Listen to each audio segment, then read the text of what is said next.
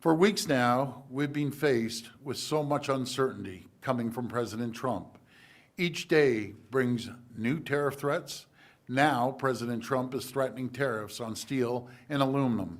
He's pointing his finger at dairy and lumber, shifting timelines, different excuses, chaos and confusion. It's hurting workers, it's hurting businesses, it's hurting investments, and it's hurting families on both sides of the border. It needs to end. That's why I've been crystal clear. Until these tariffs are off the table, until the threat of tariffs is gone for good, Ontario will not relent.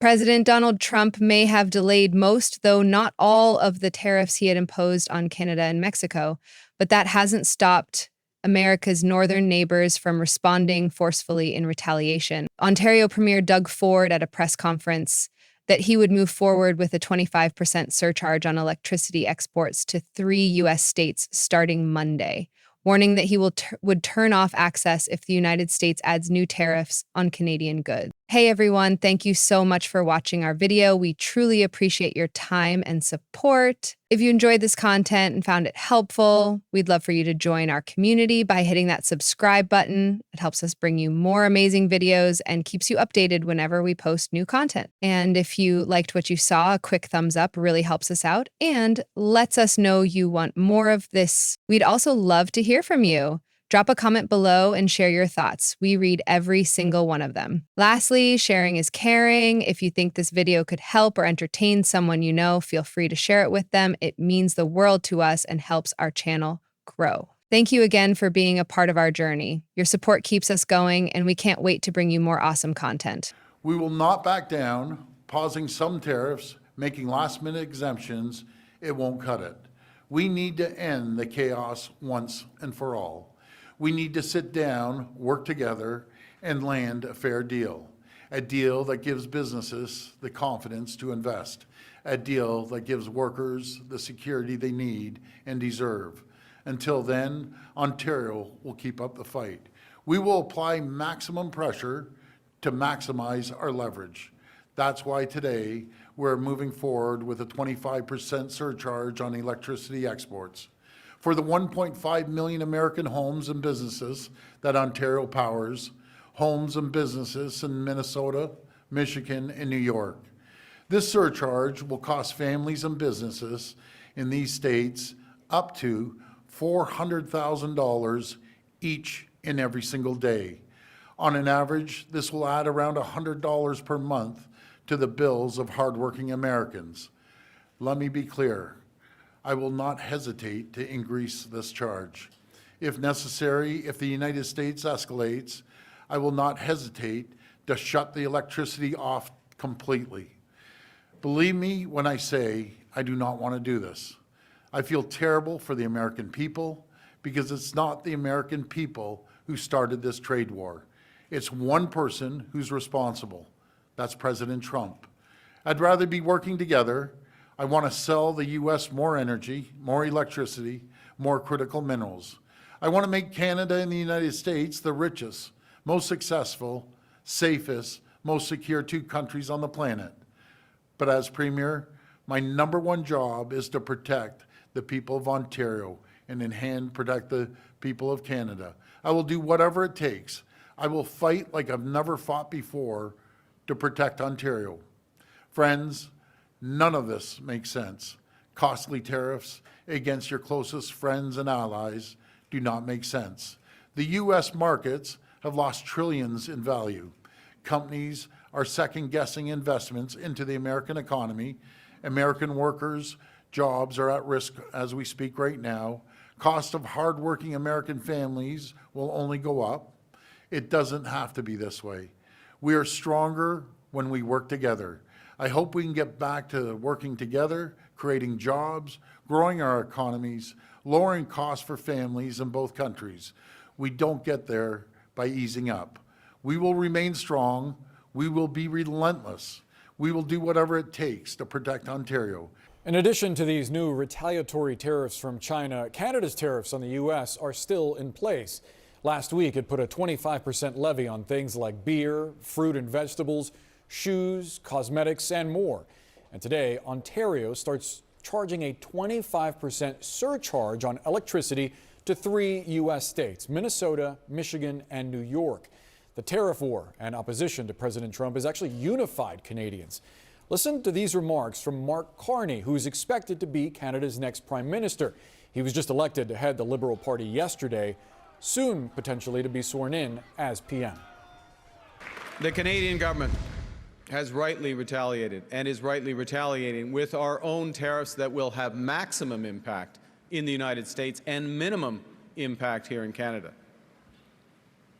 And my government will keep our tariffs on until the Americans show us respect. Let's discuss with Doug Ford, the Premier of Ontario, which is the province that started to impose that surcharge on 1.5 million homes and businesses in the United States. He also ordered all U.S. alcohol to be removed from Ontario shelves. Premier, thank you so much for sharing part of the afternoon with us. What do you hope to achieve with this surcharge? What needs to happen for you to remove it? Well, first of all, thanks so much for having me on, Boris. And I start off every interview with telling Americans that Canadians love Americans. I love Americans. It's one person that's caused this problem, and that's President Trump. As he is putting tariffs on us, even if he says he's putting it on hold, there's still 60% of goods that are crossing the borders that will be tariffed, and it's hurting both economies. It's hurting the American economy. It's hurting the Canadian economy. Uncertainty is what people don't like hearing in general life, not to mention the markets are tumbling, and investors from around the world are looking twice at America and Canada to invest in. There's no reason for a recession. I call it the self-made Donald Trump recession. He ran on a mandate to lower prices, to make sure we didn't have inflation, to create more jobs, and it's backfired. So let's sit down at the table and let's start working on a new USMCA deal, even though President Trump said it was the greatest deal he's ever made. Nothing's changed, so I guess it's not the greatest deal now. His argument would be that he's trying to remake the American economy to produce more goods that are currently imported into the U.S. here at home. With these electricity surcharges, you say that the move is designed to protect your province. The administration, if they see it as an escalation and they reciprocate with tariffs on lumber, steel, and dairy, ultimately, doesn't that hurt your constituents? No, we're looking at negotiating through strength. If he cuts off the lumber or puts a tariff, do you know whose costs are going up?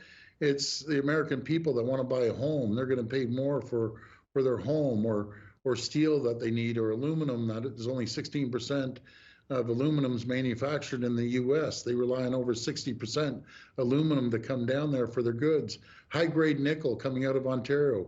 That 50% of the high-grade nickel for your military, aerospace, and manufacturing comes from Ontario. And the list keeps going on and on and on, not to mention the 4.3 million barrels of crude oil that we ship down every single day. So I believe in building an AMCAN fortress. Let's make sure that we focus on having the two greatest countries in the world, the most prosperous, the richest, the safest. The problem's not Canada, it's China right now. And he has to keep an eye on China. I do want to ask you about the question of fairness, and specifically on one claim, because I've heard it from Trump and a number of officials in his administration, most recently Commerce Secretary Howard Lutnick. He argues that Canada has a 255% tariff on dairy imports. The administration has cited that over and over again. Is that number accurate? Do you think it's fair for American dairy farmers? Well, what I'd like to do is sit down and discuss these issues with them at a USMCA table. What I will tell you this, if we take the 4.3 million barrels a day that we ship down there to keep your economy going off the balance sheet, the U.S. has a $56 billion surplus, a trade surplus with Canada. I'm okay with that. That's fine. Things were going fine. Everything was moving forward. Market was going up a little bit. Everyone was optimistic. And all of a sudden, out of nowhere, he wants to attack his closest neighbor and ally. And his number, I call their number one customer. You don't attack your number one customer and expect the results that he thought were going to happen. Protectionism does not work especially between Canada and the U.S. Maybe you should take a page out of Ronald Reagan's book. Premier, I do want to ask you about Mark Carney. He is in line to become the next prime minister. We saw Justin Trudeau's relationship with Trump evolve and then ultimately degrade. How do you think Mark Carney is going to approach President Trump? Well, Mr. Carney is a very, very bright individual, and it's up to Mr. Carney to build that relationship with President Trump. They're both bright people. Let's make no mistake about it. Agree or disagree with President Trump. He understands finances. So does Mark Carney, and so do I. We're business people. And if we sit down around the table, we can resolve the problem and make sure that both countries prosper, like the likes of which this country's never seen, or the likes of which the U.S. has never seen, if we work together. Premier Doug Ford, we appreciate you joining us and sharing your point of view. Thank you so much, and God bless America, and God bless Canada. Thank you so much. Best friends for never? The Americans want our resources, our water, our land, our country. Think about it. If they succeeded, they would destroy our way of life. We didn't ask for this fight. We didn't ask for this fight. But Canadians are always ready when someone else drops the gloves. So the Americans, they should make no mistake, in trade as in hockey, Canada will win. That was Mark Carney, the soon-to-be Canadian Prime Minister. And what you just saw and listened to is the latest example of how a once unbreakable bond between the U.S. and Canada has fractured as President Trump advances his trade war against both Canada and Mexico. Tariffs on Canada are expected to go into effect on April 2nd. My panel is back now. Nia, you know, Canada has it in him. Let's see how he takes it. Yeah, as he takes over. I think that's right. I mean, you saw over the last many weeks Donald Trump talking about Canada as the 51st state, talking about Trudeau as Governor Trudeau. That's become sort of his moniker. And now this is a new person. What's been interesting is that Trump has brought Trudeau's party back to life, right? There was this really sort of resurgent interest in a more conservative party, and now you have in this person somebody who's really benefiting from this fight with Donald Trump. Who knew that America would want to be at war with the Canadians? But apparently it's based on a South Park movie. Oh, yeah. Okay, so bring us up to speed on that. And if the South Park guys are listening, please come on anytime and, that was the and premise talk of about that it. movie. Was, Yeah. I mean, going to war with Canada, and that's essentially, you know, what's interesting is how the rhetoric also from the new incoming Canadian Prime Minister, much different than what we're seeing from, you know, our Mexican partners, Claudia Sheinbaum, the way she has approached Donald Trump, which is true. A little bit, you know, obviously what we've seen other leaders do, try to softer rhetoric, if you will. This is, we're going right at him. But Nia's absolutely right. The domestic politics in Canada are absolutely fascinating. It has led to this nationalistic fervor within Canada that has boosted the Trudeau's party and potentially could ultimately undercut what Donald Trump wants to achieve here. But if he's talking tough, the new incoming leader, on Donald Trump, I doubt Donald Trump is going to back off. He wants people to talk nicely to him for him to back off. But the rhetoric will only be ratcheted up. Inside Canadian politics. I love Yes. it. Let's look a little bit at the U.S.-Canada alliance, the economic alliance. And the bilateral trade is about $2.5 billion in goods and services a day. 400,000 people cross between countries every day. The U.S. has maintained the official presence in Canada since 1833. And I didn't actually realize this, that they share the world's longest undefended border. Yeah, and it's the bottom line there is that there is a lot of opportunity for Canada to channel this nationalistic fervor into making Americans feel real political pain. I mean, there's no corresponding anti-Canada faction in the U.S. that also wants to get the bit in their teeth and really go sock it to those guys, right? By and large, U.S. consumers just want to see lower prices, a strong economy, and now that we are kind of creating with our own political moves, this new guerrilla faction that's just determined to stop that from happening for our people in order to try to shake loose some kind of change at the top level. The other weird thing about it is just the fact that, like you say, Canada and Mexico are pursuing such different strategies, and you can see Trump react to those in real time, right? Where he is sort of showering praise on Mexican President Claudia Sheinbaum, meanwhile getting angrier and angrier at Canadian leadership, while supposedly the pretext for all these things is drugs coming over the borders and things like that. So as you say, it's definitely a risky strategy if the goal is to get Trump to back off. So on that note, now is it's time for our truth sandwich portion of the lunch hour, if you will. And we're going to start by referring to what Nia was talking about earlier, and that is the whole question of fentanyl and whether or not that is one of the really big problems coming from Canada. It is a very big problem in the U.S., but not from Canada. Let's, though, listen to what some of the Republicans, including in the president's administration, are claiming. We launched a drug war, not a trade war, and it was part of a negotiation to get Canada and Mexico to stop shipping fentanyl across our borders. You're saying this really is about fentanyl? It really is about fentanyl. It really is. And I think the president obviously wants a strong economy, obviously wants better trade deals as well. But this is about fentanyl. Now, again, it is a problem in the United States. It is a problem when it comes to the southern border of the United States, where it's coming in much more from Mexico. But when it comes to Canada, check this out. So the total pounds seized of fentanyl, almost 22,000 pounds. The northern border, 43 pounds. So it's less than 1% of the very dangerous and scary fentanyl problem. And that's the reality. Yeah, and the thing is, you have seen Canada make some moves around this. Again, they're barely part of the problem. It is a big problem. Mexico is a really big part of the problem. And they, too, Claudia Sheinbaum, even before Trump was in office, wanted to go aggressively at some of these drug cartels. She's doing that. You saw them cooperate in trying to have some of these drug warlords prosecuted.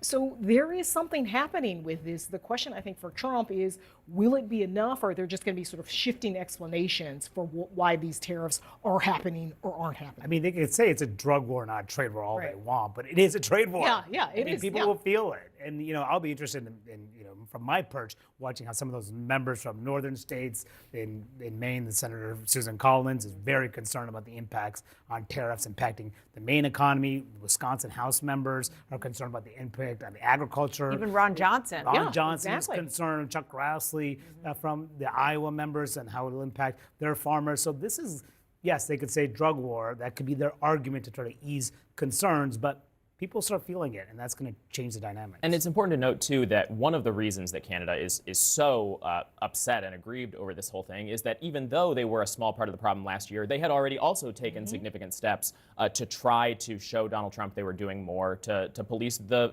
small bit of fentanyl that was coming over their border. I mean, CBP data for January had a fraction of a single pound of fentanyl seized. I think I saw the size of a AAA battery was the amount of fentanyl that was seized at that border in January. And then on the back of that, Trump ratchets up the trade war. So they're like, what do you want us to do? What's the standard you want us to meet? Well, Canada's Liberal Party has picked Mark Carney to be the party leader and Canada's next prime minister. Carney, a former central banker, got the backing of 85% of his party. And he says in government, he'll keep the interests of Canadians front and center. I pledge to you and to all Canadians that I will follow their example. I will work day and night with one purpose, which is to build a stronger Canada for everyone. Carney is expected to be sworn in the coming days. His most urgent task will be managing Canada's increasingly fraught relationship with the Trump White House. On Sunday, the outgoing Prime Minister Justin Trudeau had this warning about relations with the United States. As Canadians face from our neighbor an existential challenge, an economic crisis, Canadians are showing exactly what we are made of. That comment said in reference to the US president's tariff threats and his calls to make Canada the 51st state of the United States. Martina Steves-Skretnev, Canada's bureau chief at the New York Times, joins us live now from Ottawa. Martina, thank you so much for being with us. Let's talk about Mark Carney. I mean, this is a very, very accomplished individual. We're talking Harvard-educated, Oxford-educated, former governor of the Bank of Canada, former governor of the Bank of England, the only non-British person to have that role, by the way. He led Canada and steered Canada through the 2008 financial crisis as well. So clearly, when it comes to having economic chops, I mean, he is the man. But given what's happening with the United States right now, you really need somebody who is a talented politician. You think about how the Mexican president, Claudia Sheinbaum, has handled Donald Trump. I mean, it's been a mix of sort of being strong and firm and standing her own ground, while at the same time allowing for a diplomatic off-ramp. That seems to be the language that Donald Trump understands. How will Mark Carney, I mean, obviously he understands how to deal with this economically in terms of retaliatory tariffs. Does he have what it takes at this point, given that he has no experience in terms of elected office? Does he have what it takes to handle this diplomatically and politically? I think it's really the most important question. And, you know, as central bank governor, Mark Carney has held public office, as you mentioned, during major meltdowns, also during Brexit when he was Bank of England governor. Those are actually political jobs. They're just not overtly political in the elected sense that we're used to. And the reality is, even though he's been in the public eye for so many years, really throughout his career, we don't know that much about him. What we do know is that he's been in the room when very difficult conversations have been held in those previous roles. His challenge really right now is not just that he needs to reboot the relationship with Donald Trump. We know that Donald Trump did not get along with Justin Trudeau, and perhaps that influenced part of the predicament the relationship is in right now.